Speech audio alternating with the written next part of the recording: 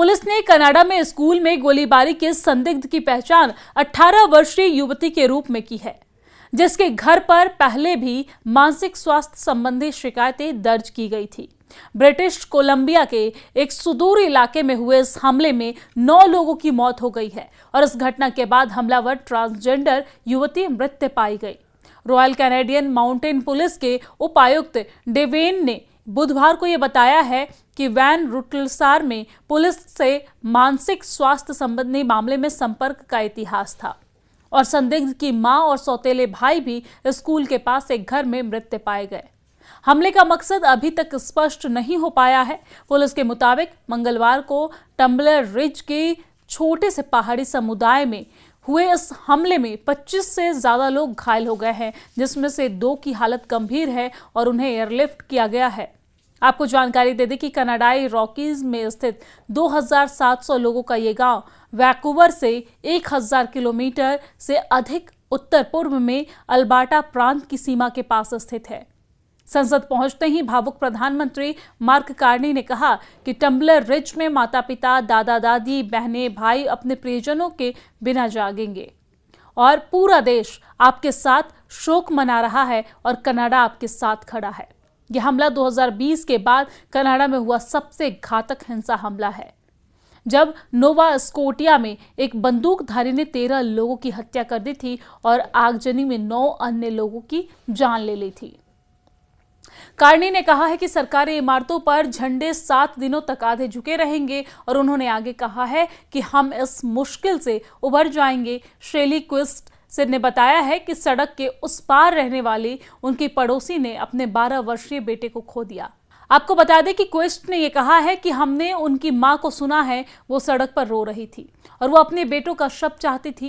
क्विस्ट ने बताया है कि उनका 17 वर्षीय बेटा डेरिन 2 घंटे से अधिक समय तक स्कूल में बंद रहा। प्रांतीय सरकार की वेबसाइट के अनुसार टम्बलर रिज सेकेंडरी स्कूल में कक्षा 7 से 12 तक 175 छात्र हैं। उन्होंने कहा है कि मुझे लगता है कि कक्षा 7 और 8 के छात्र ऊपर लाइब्रेरी में थे और हमलावर वहीं गया और उनका बेटा हमले से ठीक 15 मिनट पहले लाइब्रेरी में था। गोलीबारी शुरू होने के समय क्विस्ट सड़क के उस पार स्थित अस्पताल में काम कर रही थी और मैं दौड़कर स्कूल जाने वाली थी, लेकिन मेरी सहकर्मी ने मुझे रोक लिया। फिर मैंने डायरियन से फोन पर बात की और पता लगाया कि वो ठीक है। कनाडा की स्कूल में गोलीबारी की घटना दुर्लभ है क्योंकि वहां सख्त बंदूक नियंत्रण कानून लागू है। सरकार ने पिछले सामूहिक गोलीबारी की घटनाओं के जवाब में बंदूक नियंत्रण के उपाय किए हैं, जिसमें हाल ही में उन सभी बंदूकों पर प्रतिबंध का विस्तार करना शामिल है जिन्हें वो हमलावर हथियार मानती है। रॉयल कैनेडियन माउंटेन पुलिस के उपायुक्त डेवेन ने बुधवार को यह बताया है कि वैन रुटलसार में पुलिस से मानसिक स्वास्थ्य संबंधी मामले में संपर्क का इतिहास था और संदिग्ध की मां और सौतेले भाई भी स्कूल के पास एक घर में मृत पाए गए। हमले का मकसद अभी तक स्पष्ट नहीं हो पाया है। पुलिस के मुताबिक मंगलवार को टम्बलर रिज के छोटे से पहाड़ी समुदाय में हुए इस हमले में 25 से ज्यादा लोग घायल हो गए हैं, जिसमें से 2 की हालत गंभीर है और उन्हें एयरलिफ्ट किया गया है। आपको जानकारी दे दें कि कनाडाई रॉकीज में स्थित 2700 लोगों का ये गांव वैंकूवर से 1000 किलोमीटर से अधिक उत्तर पूर्व में अल्बर्टा प्रांत की सीमा के पास स्थित है। संसद पहुंचते ही भावुक प्रधानमंत्री मार्क कार्नी ने कहा कि टम्बलर रिज में माता पिता, दादा दादी, बहनें, भाई अपने प्रियजनों के बिना जागेंगे और पूरा देश आपके साथ शोक मना रहा है और कनाडा आपके साथ खड़ा है।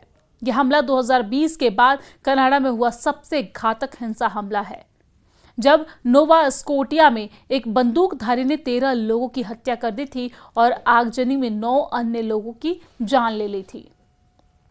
कार्नी ने कहा है कि सरकारी इमारतों पर झंडे 7 दिनों तक आधे झुके रहेंगे और उन्होंने आगे कहा है कि हम इस मुश्किल से उबर जाएंगे। शेली क्विस्ट ने बताया है कि सड़क के उस पार रहने वाली उनकी पड़ोसी ने अपने 12 वर्षीय बेटे को खो दिया। आपको बता दें कि क्विस्ट ने यह कहा है कि हमने उनकी मां को सुना है, वो सड़क पर रो रही थी और वो अपने बेटों का शव चाहती थी।